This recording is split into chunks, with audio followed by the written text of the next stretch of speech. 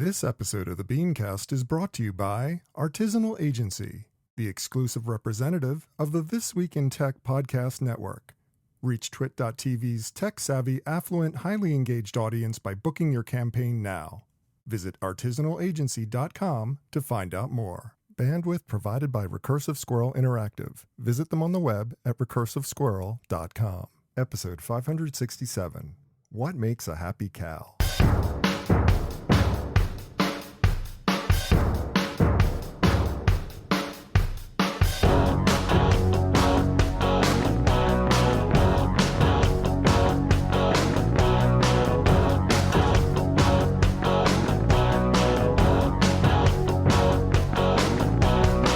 Monday, November 11th, 2019. It's time for this week's edition of the BeanCast, a weekly discussion about the news and issues facing marketers today. I'm your host, Bob North.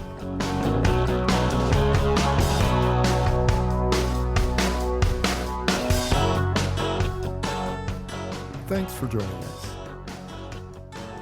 Eliminating conflicts of interest is the dreaded task many agencies have had to undertake over the years. The decision whether to resign a profitable client in the hopes of landing a new, even more profitable client. But is all that really necessary? Tonight we'll discuss. Also, how another moon landing could reshape marketing here on Earth, the future of online political ads, avoiding research bias, plus this week's Fair, Fail, Foul. That's the lineup. Let's meet tonight's panel.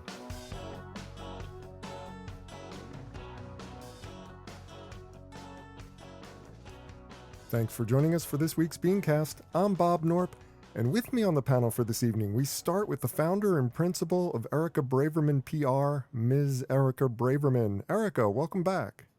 Thanks so much, Bob. Great to be here. Now, next, he's the host of the Future Proof podcast. Mr. Jeremy Goldman joins us. Jeremy, hi. Hello there. Really excited to be back. Really excited to have you. And finally, we're pleased to welcome back the Chief Engagement Officer and Managing Director at Colt, Mr. Marc Whitehead. Hi, Marc. Hey, Bob. Always a pleasure to be on your show. Well, we've got a lot to cover as usual, and this week it's an interesting topic to kick off the show because everyone out there should know by now, if you've listened to any episodes of this show, you've probably figured out by now that how I feel about the relationship between clients and agencies.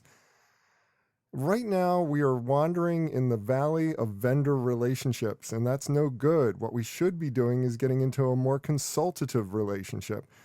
And one glaring problem that results from this is that while management consultancies, who are the big evil boogeyman to agencies these days, while management consultancies are almost never challenged on conflicts of interest, agencies don't enjoy that same type of relationship with their clients. Agencies are constantly told to get rid of that conflict before the new business will do business with them. So, Marc, all this comes up this week because McDonald's hired Wieden and Kennedy, despite the fact that the agency already worked with KFC. Now, this is interesting because McDonald's didn't care that KFC was on the roster, and KFC obviously didn't mind that McDonald's was coming on board. Is this a positive sign? And if so, how does the agency world keep momentum rolling in this kind of direction? What's your thoughts on this situation? I love this topic. I fear that it's going to be one step forward, two steps back, but I think we'll wait and see. I'm very familiar with the conflict situation. You know, for much of my agency life, I've been a team member in some sort of role with new business. And, you know, the most vivid memory I have of a conflict of interest identification from a client was when I was at an agency in Toronto, and we had put our hat in the ring for municipal transportation, the TTC. And they sent us back a note saying that they perceived a conflict of interest and wouldn't let us pitch. And we said, how can we possibly have a conflict of interest? We have no transportation client on our list. And they said, but you work with Ford. And Ford is another mode of transportation. Oh, wow. And Wow. Eventually we got them over that hump and had the chance to both pitch and ultimately win it. But it was a ridiculous example. And for me, the irony of this issue is how often you talk with prospective clients and they want to know what experience you have in the category. They want to know how recent it is. Ideally, they want to know if you've worked with a key competitor, but they don't want you to have a competitive brand on the roster. And I fault the agencies for contributing to this issue, because I don't think they've built the right narrative to explain why having another brand could actually be of benefit. I think sharing category observations, talking about consumer influences, looking and understanding product and service evolutions, basically anything that's not proprietary, I think is a good thing for an agency that has multiple clients in the same category to gather and share. And hopefully maybe Whedon and Kennedy did that. I don't know what was behind how they overcame this thing. I think the biggest reason that consultants get a bit of a pass is that they sell an approach or a system, or sort of like a set of protocols for how they do the work that they do. Whereas agencies sell the work, and they sell results, and probably most importantly, they sell the talent. So clients find comfort in consulting firm with competitive brands, because they want those systems, but they don't want anyone other than the best people who did the best work on their business from agencies. And I think that's the paradigm that needs to change in order for more agencies to overcome conflict bias, But those like lines are W&K did. those lines are getting blurred though now, because the management consultancies are offering agency services, and it still doesn't seem to be bothering the clients that there have multiple people within the same category under the same roster at the same management consultancy. So why is it that the agencies can't build some kind of relationship with the client that's similar? Is it really cut just down to the uniqueness of the IP that's being developed by an agency? Because it seems that the management consultancies are developing equally proprietary IP for each client.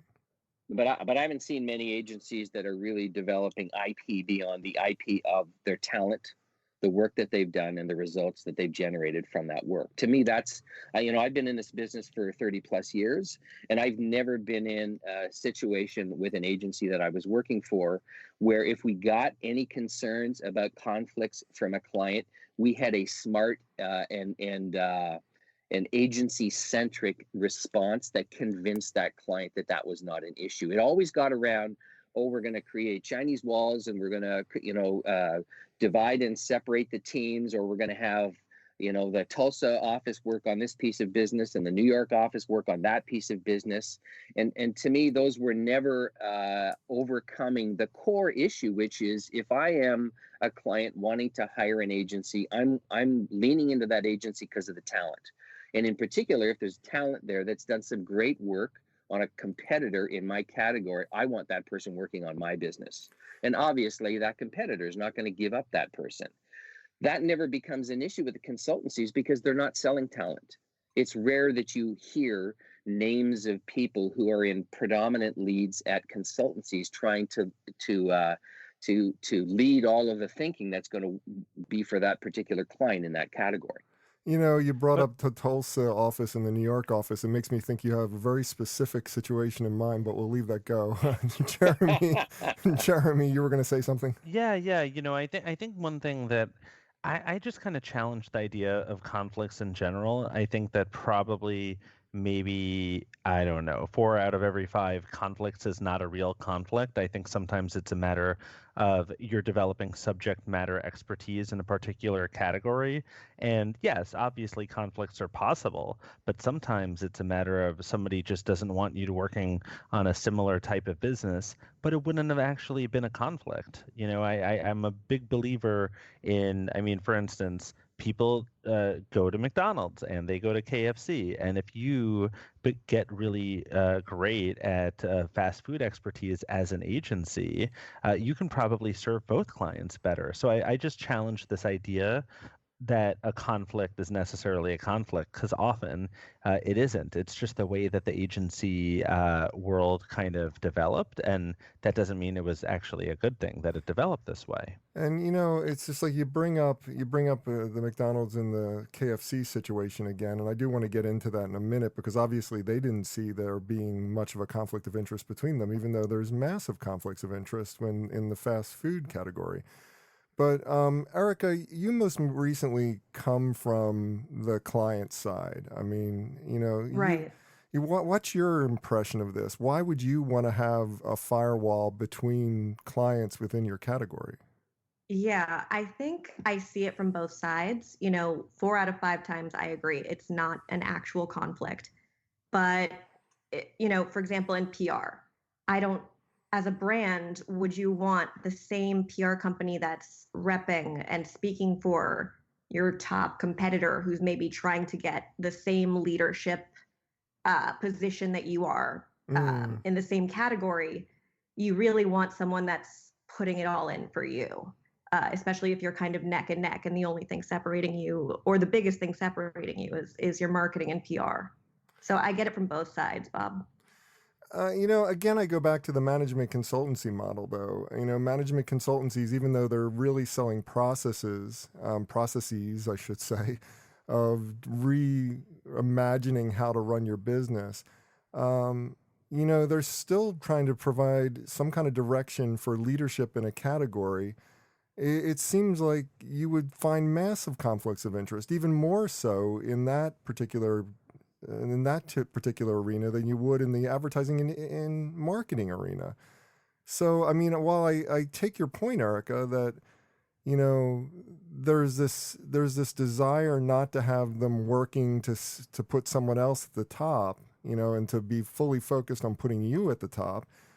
Management consultancies get away with it day in, day out. What's the difference? I just don't see the Right. difference. I think when you're consulting someone to do something versus speaking for someone and building relationships on behalf of that person, that's really where the difference comes into play. With PR that's based on relationships, and whoever has the best relationships gets the biggest piece of the pie, in a sense. I definitely think that can have an impact. You don't want the same person talking your competitor up as they talk you up versus a consultant who's basically telling you what to do yourself, Mm. and not having both hands in both pieces of the pie, if that makes any sense. It does make sense. Although I still have my I don't know.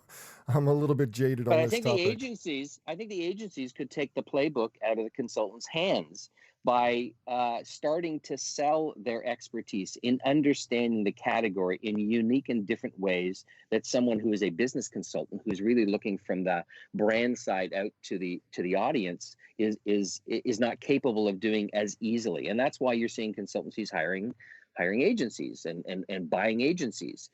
The agencies can make a better case of understanding the brand from the audience's perspective. But there's a ladder up from understanding your specific brand and all the nuances of the proprietary information that you are sharing with them, to say, we understand the category in a general sense. We understand how consumers behave in this category and what attitudes are driving those behaviors. We understand what's evolving in this category, how everything from technology to other things are impacting how this category is evolving. But agencies don't do that. They have yet to do that. They keep selling. Look at the latest ads that we've done. Look at how many awards we've won, and this is the team that did that, and this is the team that's going to work on your business. In my mind, there's a great opportunity for agencies to actually steal some of the consultancy's playbooks to make this issue go away. You know, okay, I keep looking at the situation of McDonald's and KFC, and something had to have been different in this particular instance that made them both feel comfortable with it. And the only difference I can come up with is we're talking about Wyden and Kennedy, not one of the holding companies. We're not talking about a holding company agency. We're talking about an independent, the world's largest independent agency network.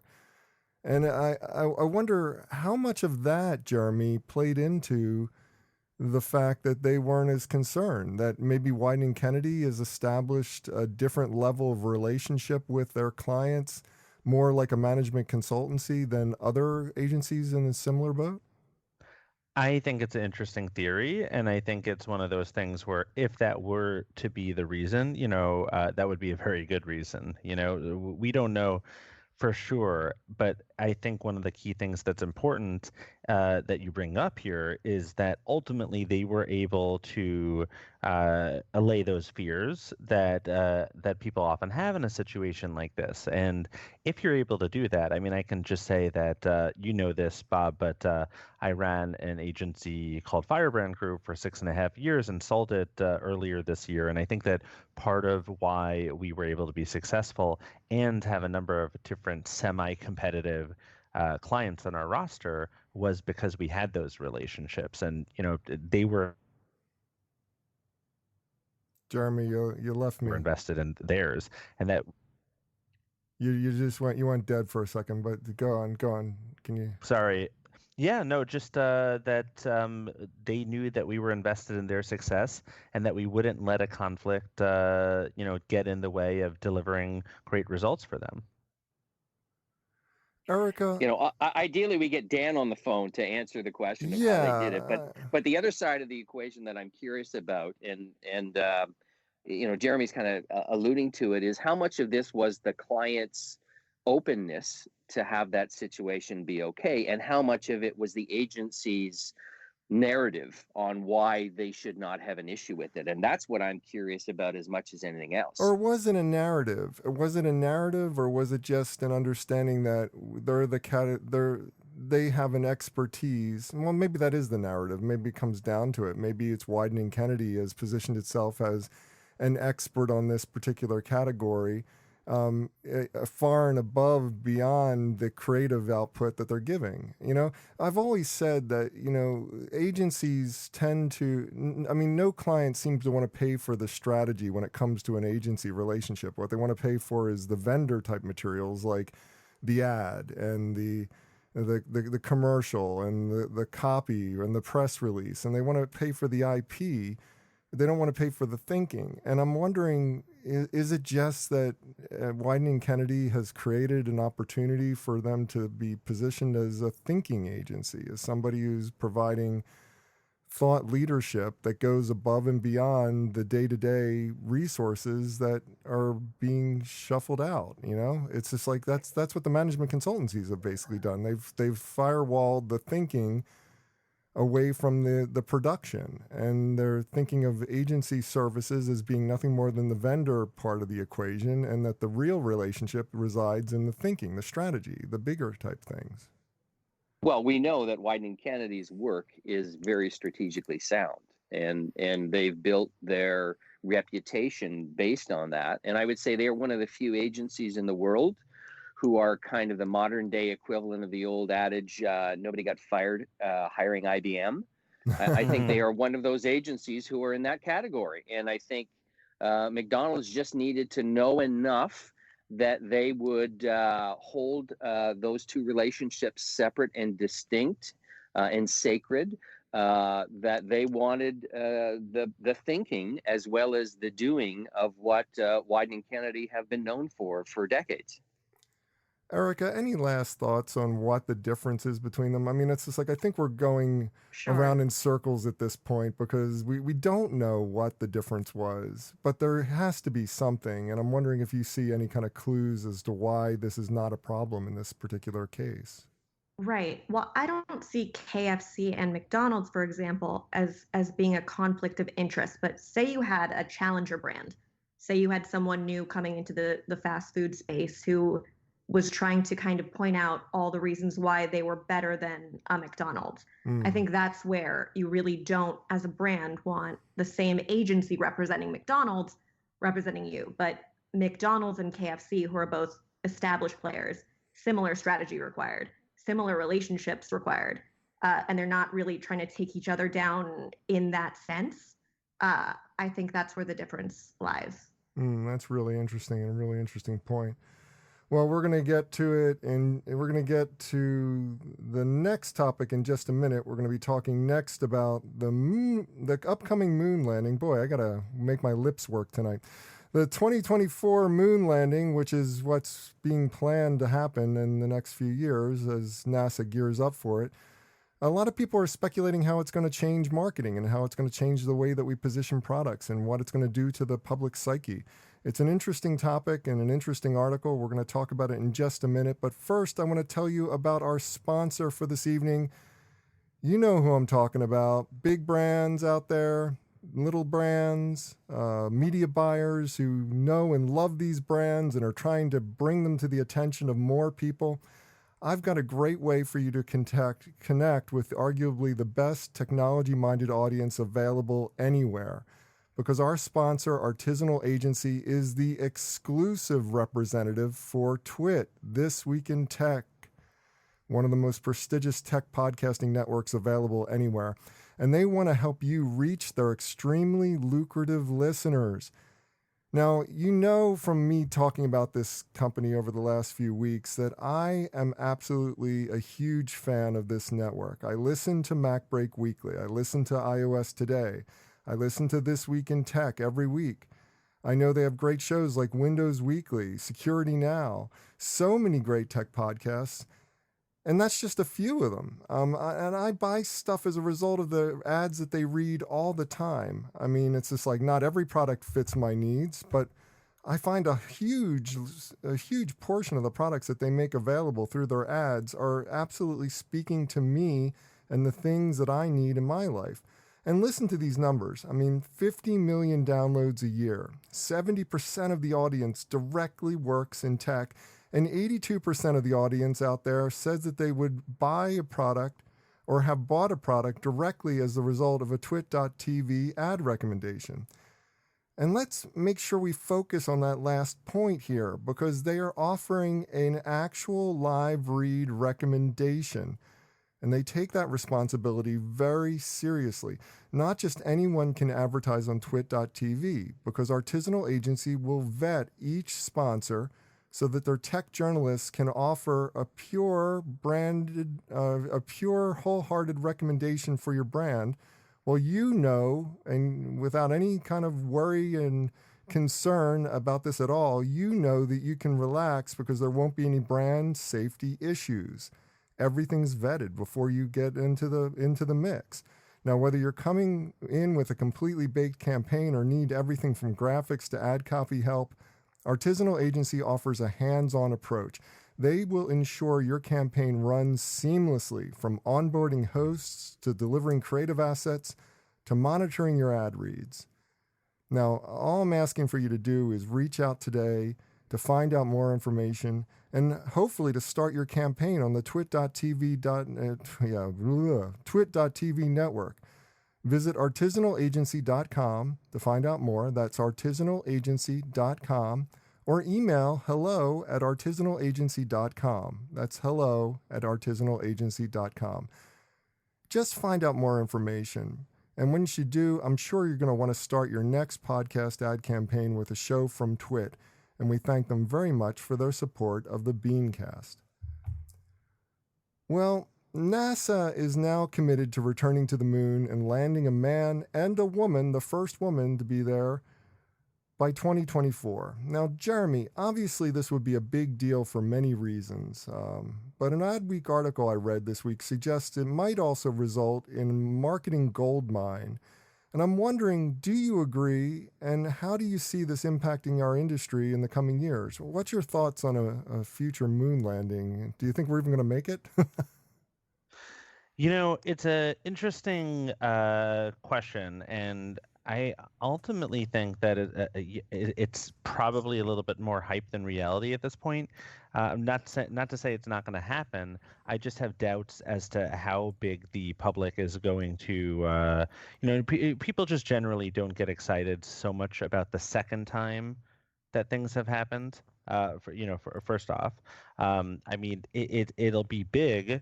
But we're talking big like the U.S. Open end of World Series kind of big, not like this big moment for all of society. I also think that one of the things that's important to do, and maybe this is my journalism background, but I'm always interested to see who's promoting any one particular point of view.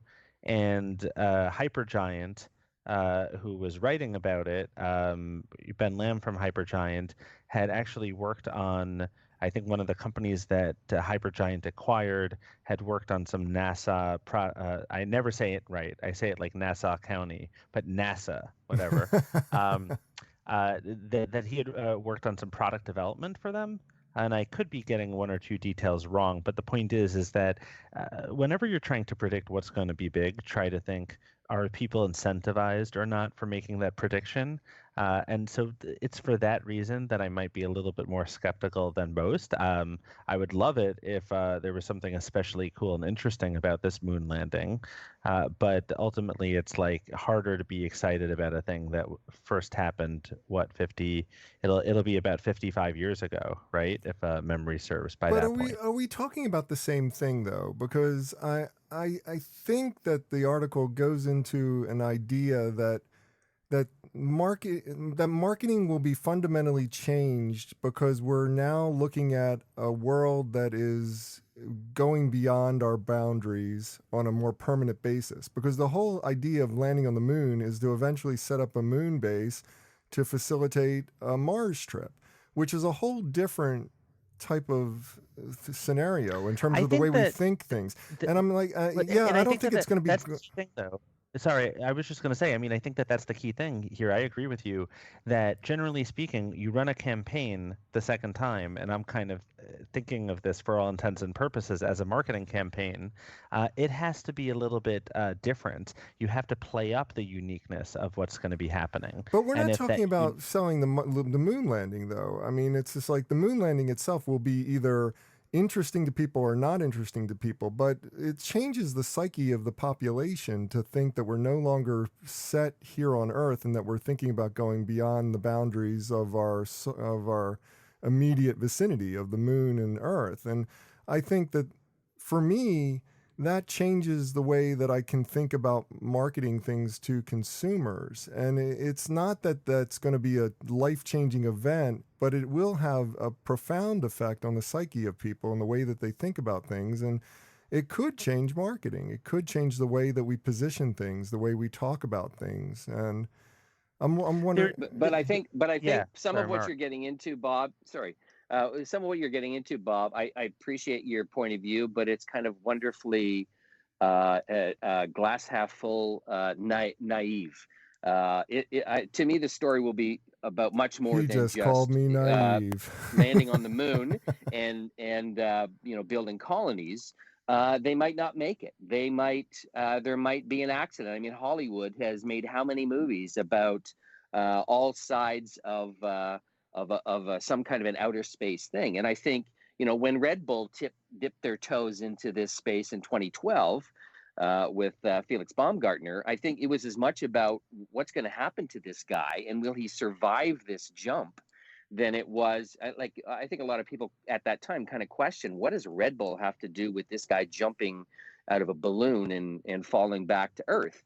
And I think there were a number of different elements of that story, much like there will be a number of different elements around going back to the moon that will be much beyond just, oh, is this the beginning of colonizing the moon and in a whole new way of talking about things? So I think there will be certain brands that will want to be attached to those storylines. It's not like NASA doesn't have sponsors right now. I mean, I looked on their website and the list of sponsors they have involved in everything they do every year is massive, but they're all very directly related to what NASA is doing. It's the Caterpillars and the Boeings and the Honeywells and those kinds of things. This will attract the Red Bulls of the world, I think, for a whole different reason, which is the storytelling of what goes into putting somebody on the moon and what does this mean for humanity going forward and all those kinds of things. So I kind of get what you're saying, Jeremy. It's kind of been there, done that. But I think it's a whole new, 55 years later, technology has definitely evolved. And I think there'll be a number of different storylines that are going to lead into this. But doesn't it matter? I mean, doesn't it matter that this is going to be the first time a woman is stepping on the moon? Does that give us anything more in terms of the gender parity? But it does. And I'm surprised no one brought that up. I mean, women's empowerment, especially the current political climate, this is a big story. Will it change marketing forever? I don't know. It depends on what comes from it. But the women's empowerment aspect is a huge aspect, and it is a marketing goldmine. I mean, how often do you get a big story like this that's so impactful and so almost completely positive? I mean, it's the kind of thing that's full of opportunities for marketing that isn't fraught with controversy. I mean, and NASA also, such a non-controversial brand. As long as NASA keeps it together until then, I think this is a really positive opportunity for marketers Erica, in a lot of different oh, categories. sorry. I just want to interject, and I was going to say not to be the man who tries to be like the ally too hard, but I would hope that there are enough major milestones for womankind over the next, 4.5, 5 years that this doesn't register as much because it becomes so commonplace that every month, every week, there'll be a story of a woman achieving something that wasn't previously allowed or possible. I think, and part of it is because, like Bob, I think part of my thing or the challenge with this story is that we're really talking about all the points in the article, that we were talking about before are salient, but ultimately it's like, how fast does marketing move, and how difficult is it to predict something 3 years out, much less 4.5? Yeah, okay. I mean, I see that, and I understand the skepticism. I mean, I'm as skeptical as anybody. I've seen enough science fiction to know that things go wrong in space. I mean, that's the one trope that goes on, and it's been proven out in the actual NASA explorations that have gone before it, and quite frankly, the Russian exploration before it. I mean, China tried to, who was it? Was it Japan? Someone tried to land a lander on the other side of the moon and lost contact with it. I mean, bad things happen in these types of scenarios. But I'm still seeing that this is profoundly changing the way we think about the way we market products. I mean, just the presence of Blue Origin and SpaceX has changed the way we think about the products that we market. Virgin Galactic, it's not just the marketing of space, it's the way we think about the products back home. And I see that it is shifting the narrative in a really profound way. And I'm just not sure what that looks like in the end. And it doesn't seem like anybody's following along with me on this like little trip of whimsy that I'm taking here into the future. I think that Are you drinking a glass of Tang right now? Is that what's going on? I did have a highlight with dinner, but I don't think that counts. I mean, that was the big story, right? From landing men on the moon was that they took Tang up. And that was with their version of orange juice in the morning. And certainly Tang made hay with that for a number of years, saying that this was a product that had gone up to the moon and back. But I hope that it's much more evolved, and I don't disagree with Erica that I think the female factor is going to be an important part of certainly marketers' opportunities to try and connect with this story and use it for their own purposes to build stronger engagement with that audience.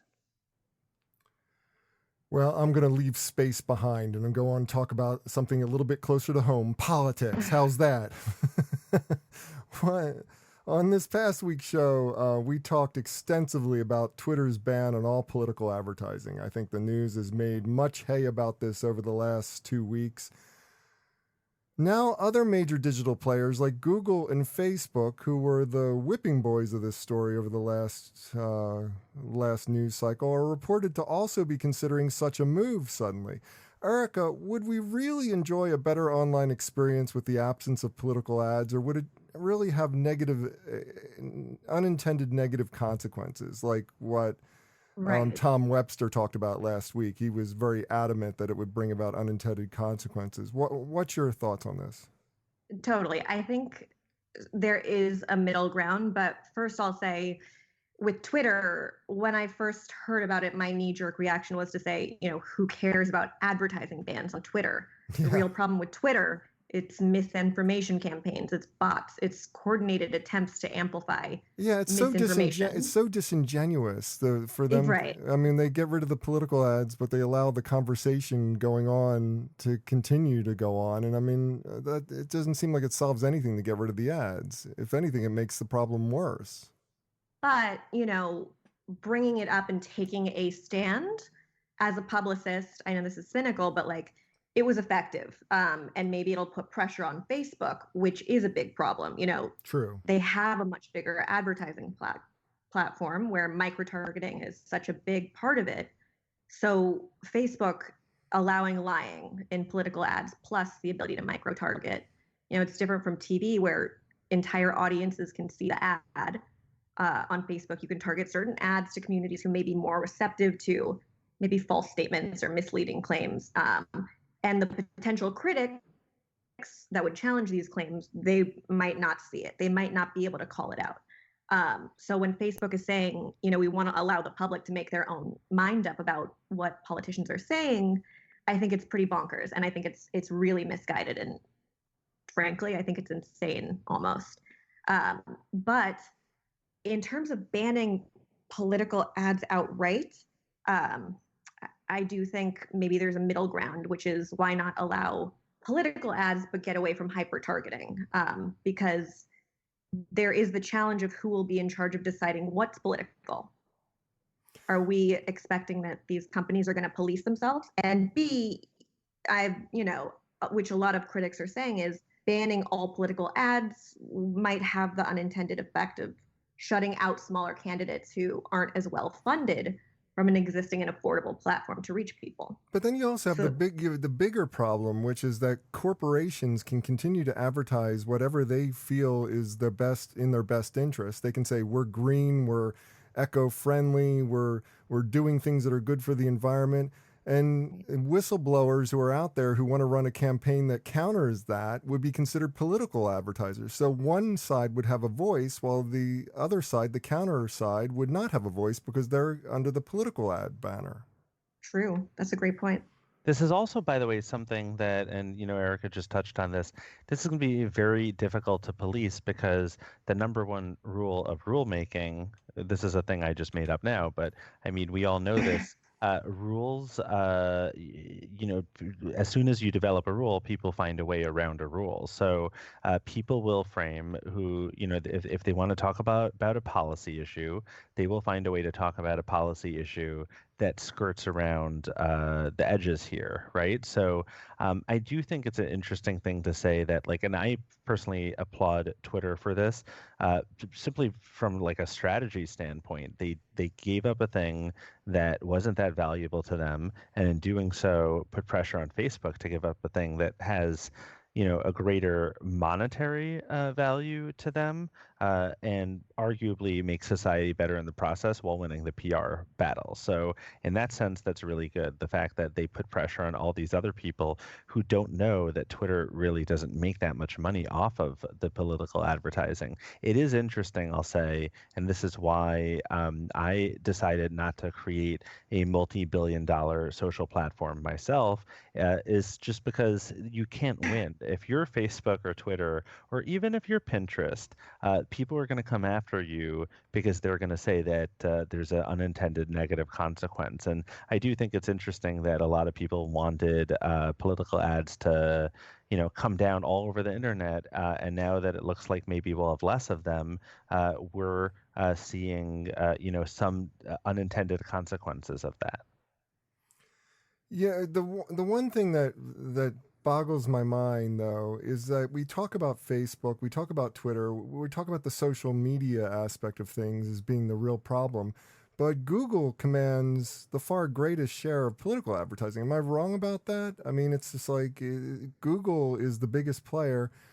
Even Google's starting to consider, because of this Twitter move, to get rid of political advertising. And I'm wondering, what does that do to the landscape? Because that's like television saying we're not going to run any political ads anymore. Because, I mean, Google is the number one ad provider, and it's something that's become essential in any kind of political marketing, especially if you want to make sure that you're viewable and searchable and able to provide information to the voting public. I mean, that it sounds like an essential resource for any campaign, no matter where you are in the world.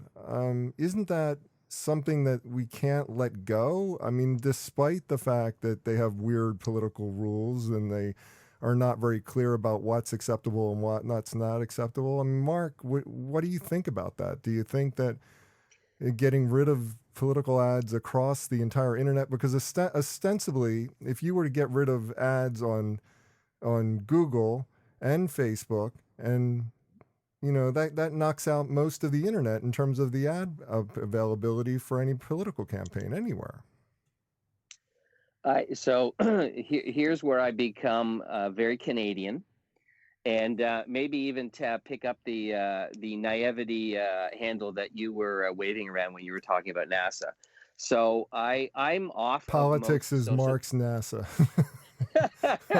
So we just went through an election up here in Canada, and issues around social media's influence on those decisions were never in the headlines. They were never part of the conversation. Now, maybe it was happening at some kind of a subversive level, but I was not aware of it. I never read any headlines about Twitter or Facebook or any social media platform playing an unruly and overweighted influence in the decisions that Canadians made about who to vote for. I just hearken back to the old days, the good old days, when I used Facebook to catch up on what my friends were doing. And when I used Twitter because I read a really great article in the New York Times that I thought other people who might have missed it should pay attention to. And to me, the reason I've gotten away from those platforms is because it has very little to do with that anymore. And that's unfortunate. And politics is, I think, certainly in the US, a very mainstream issue, certainly when the political cycle comes into it. So yes, I would love for there to be no political ads, because I think if I am leaning into other sources, regular sources that were around before the internet was here, like going and meeting candidates in person, hearing their points of view about things that need to be done, I would be making a better decision around who to vote for than leaning into my social media platforms.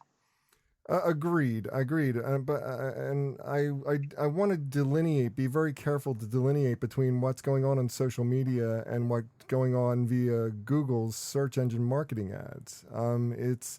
It seems like it's a different thing, and knocking that out changes the dynamic. I mean, Erica, are you expanding what you were talking about earlier when we were talking about Twitter and about the pressure that they're putting on Facebook? What about the pressure that's being put on Google? And is that even more troubling to you, the fact that Google could potentially take away all political advertising, and that would effectively stop digital marketing of campaigns? Is that a good thing for us, or is that a bad thing? No, I think that's much worse. I think Google is a totally different beast, even bigger than Facebook, which is already fraught with landmines and issues. But again, I don't think removing or banning political ads is the issue. I think it's hyper targeting, and I think it's allowing misinformation in these ads. I think as long as you're third party checking, and as long as you're not hyper targeting, so different audiences are seeing different messages, and maybe there's not critics who might be able to whistleblow on those different messages. I think that's really the issue. I don't see a reason to get rid of political ads altogether. But Erica, by the way, that's in some way why the Facebook decision to defend keeping them there was so weird, because it's 1% of revenue where you're going to get criticized. Like 20% of all criticism is directed at that. So it's like, why is this the hill that they would want to die on? And I think in some ways Twitter might have given them an out to get out of a thing that isn't necessarily worth it for them, because to do it right takes a lot of the it takes a lot of effort. And I think basically if there was a company that was far less profitable than a Facebook or a Google, maybe it would be worth putting in all of that effort to make sure that you get it right. But to open yourself up to criticism for 1% of your revenue, I just don't know if it's worth it. I think that there are plenty of other places where, like a Facebook, can make its money. And also, just to kind of challenge Bob a little bit, I mean, I don't often encounter people who are rah, we need more money in politics. And I know you're not quite saying that, but I think that the implication to me is if you have more pressure to get money out of politics, or if you disallow advertising on social media, and then it starts to get disallowed on other, modes of advertising, then bit by bit you have less of a need to actually raise, millions and millions of dollars for a campaign. Maybe we can actually have Canadian-style campaigns that run for, Mark can correct me if I'm wrong, but I think they're approximately 6 times shorter for presidential elections, for, or PM elections, whatever, and that might not be a bad thing. So maybe social media is a portend of things to come across the advertising industry in general for politics. Well, I happen to think that many, many things should be more Canadian in the world, not just politics. True. Oh, I don't know where to go with this at this point. I mean, I want to defend myself a little bit here, because it's not that I believe that more money needs to be put into politics, and I'm not that you were accusing me of that, but it's just like, I want to be clear. I believe that, taking money out of politics, making it more of a shorter experience, not such a massive circus that goes on for years. I mean, it's just like, all of that would be good for society, and less ads around politics would be a good thing. But taking away all advertising for us is just going to leave people in the dark. It's just like we're going to be more susceptible to the memes that are going on out there, that are not based in fact, and are, conspiracy theorists and all the other stuff going on online. I mean, it's just like, that's what you're really combating when you're doing responsible political advertising. And the bigger thing that we need to keep in mind is, it's not all about us. It's not all about the US or the UK or Canada. It's about every little country around the world trying to be heard in terms of their own electorate, and they're not going to be able to do that. And that's going to be more difficult for them to pursue their elections. So it's an interesting problem, but one that we're not going to solve this evening. So let's move on and talk about something that we can solve: research bias. I say that facetiously. Adweek took on unintentional research bias this week with some interesting suggestions about how to avoid it. But Mark, it seems to me that there really is no good way to avoid introducing bias into research. We're just human. It's going to happen. So how do we avoid getting tripped up by it in our analysis of that research? How do we understand the research that we're doing and see where the biases are, and be better equipped to take them out of the analysis, so that we're presenting a more accurate picture of our audience and what it desires? This is a great question, a rather timely question for me, because in addition to the strategy role that I play at Cult with my clients, I just launched a new research company. So I have a few thoughts on this, and I think the biggest point that you're kind of alluding to, and that I would say is what we need to do at the beginning of any kind of research, is just hold a mirror up and take a good solid look into that mirror, because the fact is, the world is fueled by biases. People choose news channels because they align with those biases. People choose friends and building communities in support of their biases. So I don't think it's a matter of eliminating bias, but recognizing it, being cognizant of it, and thinking through how you want to use research to understand some things. And that's probably the second and the most important thing that I talk with marketers about whenever we're doing some research. I think too many marketers use research to make decisions rather than informed decisions. And so I think it's imperative that this truth is uncovered at the outset of a study. Let's understand what kind of biases the client has. What kind of hypotheses is he or she looking for the research to actually answer, as opposed to just understanding how to frame a research study in a way that can just uncover some information that's going to help them make a decision. And that's why, when I'm working with clients around any kind of research activity, we intentionally ask about and uncover those biases when we are setting up the research and understanding what kind of decisions that they're going to make. And then the third point I would make is, I think research is all too often used to confirm some sort of behavioral consumers exhibit, and kind of codify it into segments based on demographics or psychographic clusters, and then use that as some kind of a bias framework unintentionally. And we believe this this kind of approach uncovers only a portion of the story, and it's most often is less indicative of the actual true drivers of engagement, which are attitudes and probably more particularly feelings and beliefs. So the truth, as we've discovered, is that people try hard, but they can't use words to describe their feelings and beliefs. So you need to ask questions that help them reveal it. So that's another way to take bias out, by giving people a chance to react to the symptoms of their attitudes rather than just asking them to tell you about the attitudes directly. But it all begins with hold a mirror up. Yeah, that's what I was going to say. Isn't it further upstream, though? It's not just about the questions that we're asking. It's also about the process that we're using to develop this research study in the first place. We assume that we're able to do this, but we aren't really vetting this survey through enough people ahead of time. Like, it's almost like the survey or the study or whatever questions we're asking need to be somehow analyzed and researched before we actually do the research. There needs to be more input from more diverse populations about the creation of the study, not just the implementation of the study. I completely agree with you. And when was the last time you've been involved in lots of research, Bob? And I'm sure the other panelists probably have as well. When was the last time at the end of a research study, when all of the findings are being reported, is there any discussion about what did we learn about the research study itself?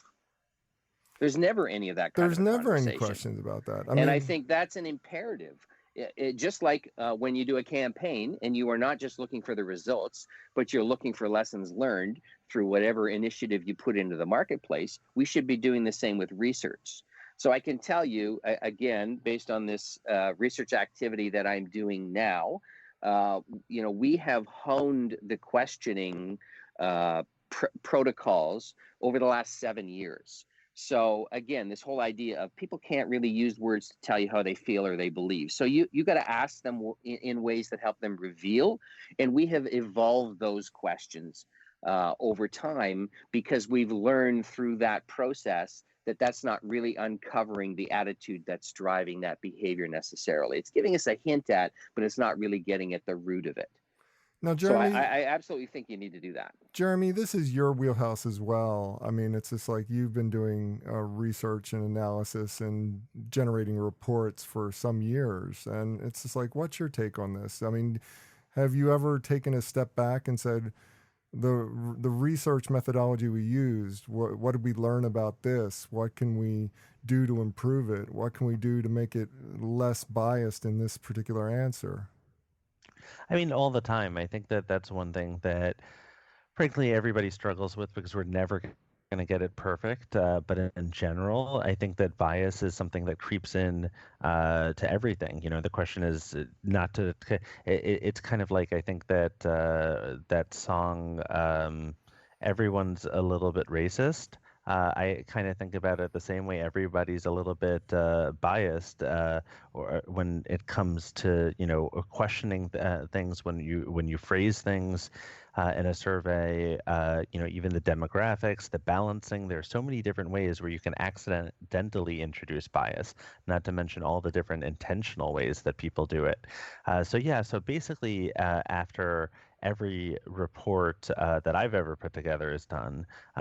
First off, even before you're done with it, you try to do a pre-mortem where you try to say, okay, if something goes wrong and if we don't get the results that we thought we would, or if we realize after the fact that there was a problem, how do we identify that before we actually create that problem? And that's one thing that we've tried to do to consistently get better whenever I put reports out. But I'll also say I think another key thing is to check your own biases as the person who's generating a report and putting something together.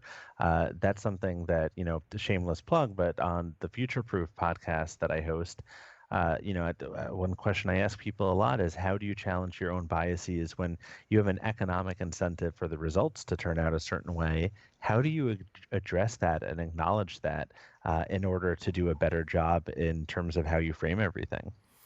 Which brings up a great side point, which I'd love to get Erica's opinion about, this idea that brands don't really want to have unbiased surveys. They really want to achieve an objective. So, I mean, is this as much of a problem as we're making it out to be in the eyes of a brand, even though it is a Yeah. massive problem?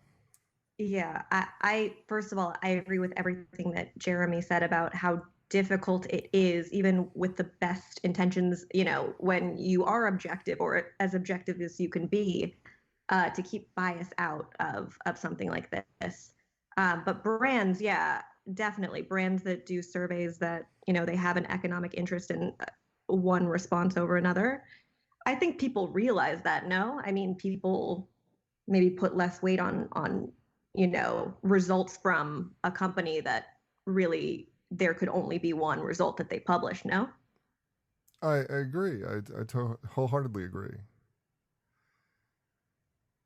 Well, I And think, most of the time, people are going into research saying, I got this theory. Let me use this research to prove this theory. yeah, I mean, it's just like, Right. that's what it comes down to. I mean, I think the brands have an objective, they have a theory, they want to prove it, and the putting in that effort to get to a result that is truthful, no matter what, is against human nature. It makes me suspect of all research. That's why, since I started this show, we've always had that mantra. We always take research with a grain of salt, because you can't necessarily agree with every study result. You have to think critically, you have to think skeptically, and you have to think pragmatically when you deal with any kind of research report or any kind of analysis. One thing that I would just kind of like a last point I would make on this is I do always think where research comes from. I even questioned where that article came from that you and I both saw in Adweek, right? So Mm. I'm always a little bit cynical about that, but I do think generally when you're thinking about research, it's a good idea to think about where incentives lie. And also, there are some people who are equally incentivized, more or less, about like depending on how things come through. Like if the result is 50% positive versus 50% negative, which I guess is technically the same thing, but you know what I mean. If there's some people who, if the result is A or if the result is B, and either way, their take-home income is the same, and the incentives are basically it doesn't matter either way for them. Those are the types of people who I want to see conducting and funding research. And with that, it's time for the fair, fail, foul. But before we get to that segment of the show, I do want to take this quick opportunity to thank my guests again and allow them to each do a shameless plug, starting with Erica Braverman. I'm going to have a link to Erica on LinkedIn. Erica, I'm not sure if you have a website up yet. I didn't get a chance to check, but why don't you tell people how people can find you and what's going on in your world? What would you like to promote? Sure. Thank you, by the way. I'm revamping my website now, but you can find me on LinkedIn, linkedin.com/Erica Braverman. I believe it's laid out, and email me at ebraverman10@gmail.com. I mostly work with sexual wellness, beauty, and lifestyle brands doing PR. And she does a fabulous job. I've had firsthand encounter with her. It's really, really great work on a number of different products Thank in this you. category. So excellent. You should definitely give her a call. Jeremy Thank you, Goldman, Bob. you're welcome. Jeremy Goldman, you can find him at the Future Proof Podcast. Tell us about the Future Proof Podcast and tell us where we can find it and what's going on in your world. Yeah. So, in short, I would say Apple Podcasts and Stitcher are probably the best places to go grab it. I love both those venues. So, Future Proof, we really explore the future of all things business and technology, and we try to have different subject matter experts on one particular topic each week, such as everything from infertility to augmented reality. So, it really runs the gamut. And that's really a lot of what I'm focusing on these days. We've got some really great guests coming up over the next few weeks, so people should definitely go check it out. I'm also working on, as you kind of alluded, a few research reports where I'm partnering with agencies. That was a major core competency of my old agency, Firebrand Group, and I've had a few agencies come knocking, asking us if I could help them put together thought leadership materials, and doing a little bit of that. So life is good. It sounds like it is. And if anybody hasn't met Jeremy or been in contact with him, where have you been? Because he's one of the best networkers I've ever come across. So you definitely got to reach out and meet Jeremy. Last but not least, Marc Whitehead. Let's try this again. Marc Whitehead, Chief Engagement Officer and Managing Director at Colt. Tell us what's going on in your world, Marc. You've got this new company that you just started, or this new product. Tell us about it. Yeah, first I want to thank Jeremy for adding a new word into my vocabulary, pre-mortem. I can't wait to not only use that word, but use that theory. We've launched a new research company. It's called Best. Did you clean Best. up the pens? Oh, we can hear you, Jeremy. Sorry about that. Yeah, that's really funny. I did clean up the pens, by the way. You did. Thank you, dear. So the company is called Best. BestScoringSystem.com is where you can find it. Best stands for Brand Engagement Sentiment Tracking. And basically what we've done is created what we believe is the evolution of NPS. So for all the things that NPS is wonderful about, its simplicity and all those kinds of things, there were some things lacking around how it was diagnostic around what engagement looks like and actionable. And so with some partners, we've been working for the last 7 years on this and have had it in market for a little while. Certainly Collective uses the intelligence behind Best in most of the work that we do. And we're really excited at the prospects of how we're going to evolve the research industry a little bit with it. And I've seen some early drafts of this, some early work on it, and I loved what I was looking at. So I can't wait to see what you're doing with it now. So if anybody's interested, get in touch with Marc. As for me, for more information about me or the show, visit thebeancast.com. There you can find a complete show archive. You can find out how to consult with me. And of course, you can find out how to advertise on this program. So check it all out at thebeancast.com. Now it's time for this week's Fair, Fail, Foul, a rundown of the best and worst of advertising, marketing, and public relations from the last week. First up, the fair. Marc, since you're Canadian, I want to talk to you about this one, but I'm not sure if it's like a conflict of interest, so you just tell me whether I can talk to you about it or not. But working for the United Way... No, absolutely. Yeah, working for the United Way of Canada, Agency Taxi created an AR app that generates a skyscraper on the Toronto skyline to symbolize what it would take to house the 116,000 at-risk families in the city. And I got to admit, it's really, really, jaw-dropping to see this image of how big the skyscraper would have to be, but to see it in the context of an AR app that you can hold on your phone and see in the actual skyline as you're in Toronto, that's pretty mesmerizing. It's very cool, and I'll tell you, a lot of AR, in my opinion, is very gimmicky.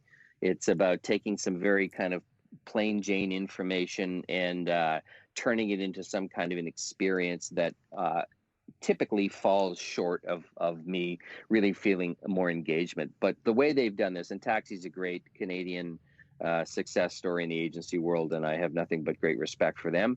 And the way they've done this idea that they've taken some very factual kind of left brain information and turned it into a right brain experience that immediately shows you with this app, this skyscraper more than twice the height, I think almost 3 times the height of the CN Tower on the skyline, is a very dramatic way to help people understand the issue at hand. And I think it makes you feel as though you need to play a role. And I've worked in a number of not-for-profit and certainly in the at-risk and housing areas, and this is one of the best examples I've seen of trying to illustrate that issue and get people to understand. If you walk around the city of Toronto, there are various places that will encourage you with signage to download the app, and from that particular location, point it up in the sky and do it. So they've really done it in a very inclusive and community-oriented way, which is another nice piece.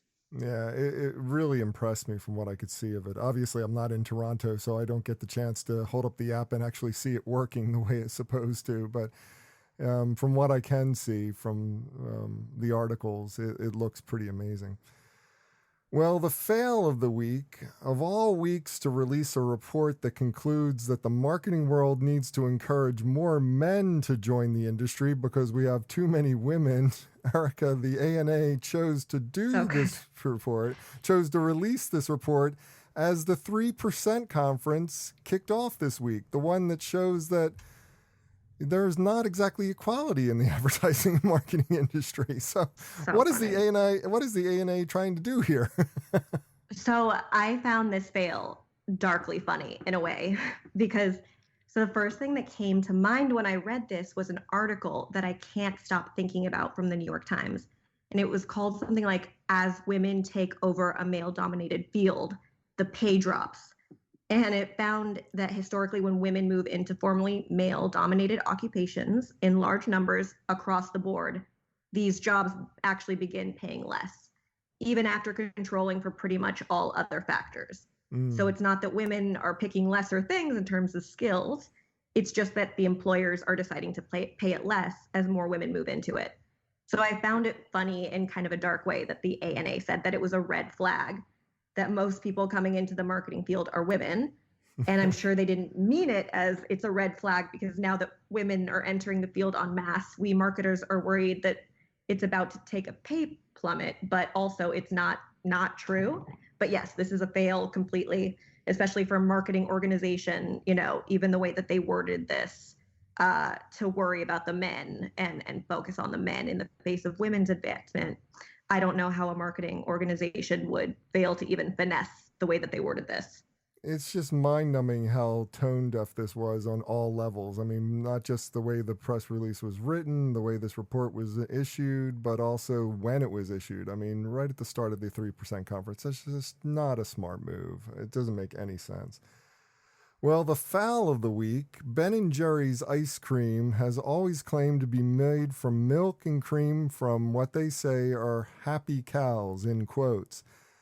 However, Jeremy, a Vermont environmental activist, has disagreed and is suing the Unilever brand for false advertising, saying that they are not making their milk products from happy cows. What they're making their ice cream products from is factory cows and cows in big operations, big dairy operations. And Unilever really had no response to this. They have denied it. They have said that they are working really hard at trying to support local farmers, etc. But they did not deny that they're using milk from factory farms. Yeah, I mean, I think this is interesting. Small little disclosure, I technically worked for Unilever, very far away from Ben & Jerry, and years ago. But that being said, I think that generally speaking, whether or not these cows are happy or not, I'm not going to say that's not important. I think that there's an ultimate point being made there, which is if you're able to charge a premium because people think a thing to be true about your product, and it turns out not to be true or not even 100% true, then you're going to be dinged and you're going to be appropriately dinged for it. That being said, there are lawsuits that are made to make a point, and I think that this is actually one of them. And not to say that frankly, I think generally speaking, people are just happy to be in Vermont, period, and that generally includes cows. But you do have to embrace full transparency in your advertising claims, and if not, then you are going to run afoul of bad PR like this. Well, I will give Unilever one pass in that how can you quantify what a happy cow is? I mean, I have no idea how to quantify a happy cow over a sad cow. I mean, it's livestock. I'm not really sure how we do that. But so, I mean, calling it false advertising, it's going to be a tough hill to climb for this. They're also generally happier than the ones that are used to make burgers. I'm sure they are. What makes a happy cow? Well, have a suggestion for the list or just want to discuss it? Comment online. Use the hashtag #PoundFairFailFoul. That's #PoundFairFailFoul. And that does it for this week's show. If you'd like to subscribe to this podcast, visit our website at thebeancast.com and click on the subscribe link. If you're an Apple Podcast listener, we've also provided a direct link to our listing there, or just search for the BeanCast in the podcast directory on the Apple Podcasts app. And whichever podcast directory you use, when you subscribe, please leave us a review. Got a comment? Have a question? We'd love to hear from you. Just send your emails to beancast@gmail.com.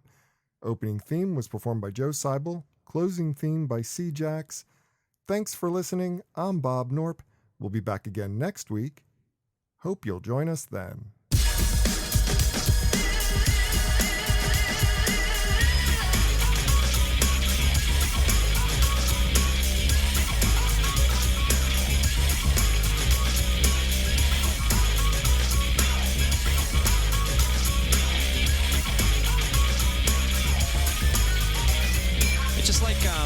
You know what I mean? It's like if it's, you know what I mean? I don't know, man. Just like, okay, it's like, you know what I mean? Like, it's like totally like that. It's like, I don't know, like if it's, you know, it's like, you know what I mean? Yeah, it's just like kind of, it just seems like it's just like almost exactly.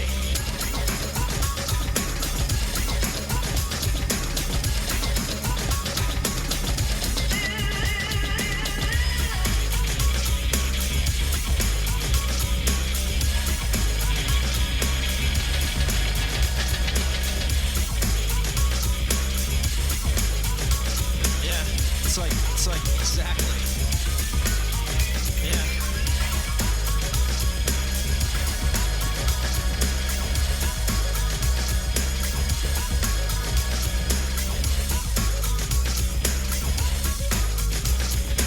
You know what I mean?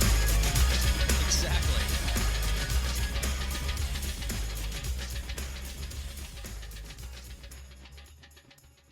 Cool beans.